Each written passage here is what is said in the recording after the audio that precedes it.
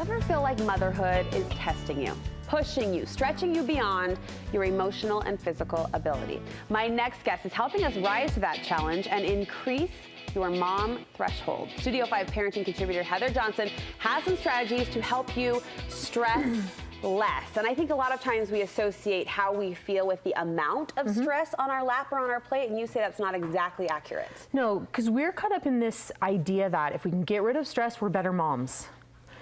And I unfortunately am the bearer of bad news today because stress is not going anywhere. It isn't. It's not going to go anywhere. So this isn't about being a better wife or mother or woman or friend by getting rid of all the stress. We become better when we have a greater capacity to manage it. Now, we're also not saying today, let's load it all on. That's not what we're promoting. But there must be a time when we decide that stress is going to be here in some fashion. So we need to increase our capacity to manage it.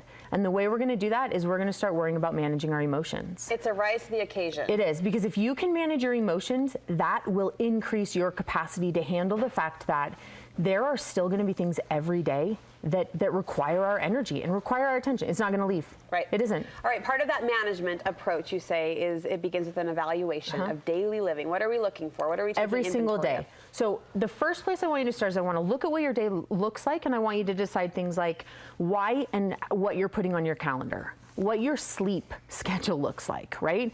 If a capacity to handle stress comes from managing our emotions, we're going to need some sleep to manage the emotions so we can handle the stress. And so there is room for us to look at some of those very basic, and these are not new. We've heard this for years and years and years.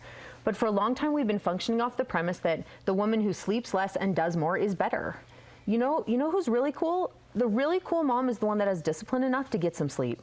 That is really, really cool. So if we want to increase the capacity, let's look at what we're putting on our calendar. Why are we saying yes? Should it be there? Because the things that belong there will already bring enough stress. We don't need to bring things that don't have space. So we're working backward, essentially, and looking at the basics. How we're going to evaluate those things first. Then you want moms to evaluate their triggers, our personal triggers that may set us off in the moment. Right. When we don't evaluate what those look like and actually accept that they're there, it's this denial process. It also lets us use our triggers as an excuse. Oh, you know what? I'm just impatient. So I'm going to go ahead and use that as an excuse to keep being impatient with you. That's not okay. So we got to look at what our triggers are and know. What would be some examples of triggers? So for example, sometimes women deal with comparison. And so we know whenever we fall into comparing ourselves to someone else, that tends to be a trigger. Sometimes hormones are a huge trigger, but we don't put energy into realizing that those are a trigger. Sometimes our impatience is a trigger. Sometimes shame, meaning telling ourselves we're not good at what we do, or I'm a bad mom, or I'm a lousy housekeeper. And if those are our triggers and now information comes in or stress and they pass through those triggers, we're doomed. Our capacity to manage the emotions drops dramatically. So you want to evaluate what the days look like. You want to make sure you know what your triggers are. It's not justification. It's looking and saying, this is it. What do I do when they're set off? How do I manage it? I've heard the phrase mind the gap applied to like business practices and relationships. How does mind the gap work in our stress control? Sure. So minding the gap is referring to, for me, is this place where right before you make a decision or say something, you give energy and effort to that very small space before you act, and you mind that gap. If we want to be able to have a greater capacity to handle stress and manage our emotions, we've got to be able to pause or give energy or recognition to that gap so we can make decisions. Like what is the gap? Because define the gap it's for the me then. exact space where I get to decide, I'm really frustrated right now. Okay. Do I yell at my kid or do I give him a big hug and stay quiet? The moment before the action. Okay. Right before you act or say it or do it. You have to give energy to that tiny space. Because what happens is if we give that space energy, it means we're in a position where we get to choose. And so when everything feels out of control, now we're actually in control because we chose what we were going to do. Elaborate on those choices. How do our choices play into the outcome of emotion or stress or whatever it may be? Well, those choices are going to dictate how we then act, right? That's the action of it. So there isn't room to justify, for example, if I feel tired or impatient or annoyed, there's no justification there for me to then yell. right?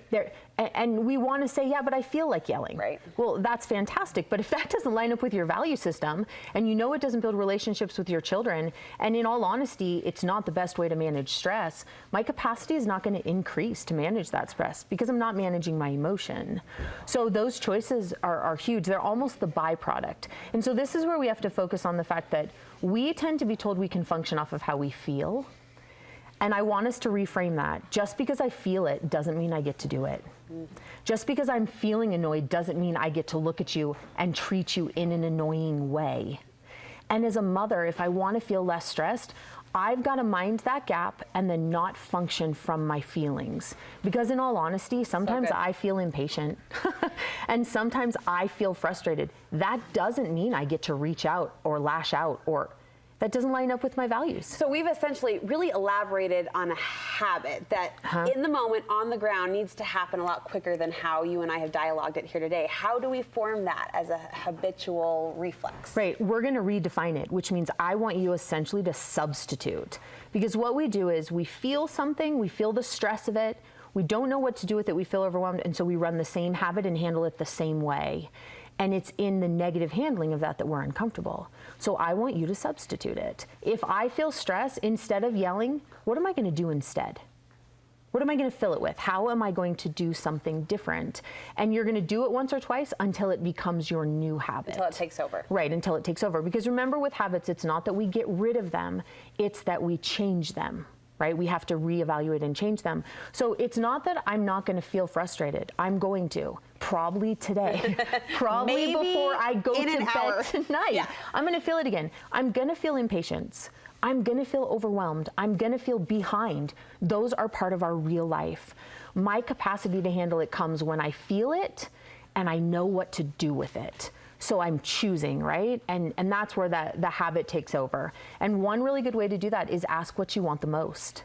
Because when I feel stressed and I feel overwhelmed, what I want the most, the answer to that is actually not to yell at my kids. Right. That's not how I answer that question. The end goal. What do I want the most? I want them to know I love them.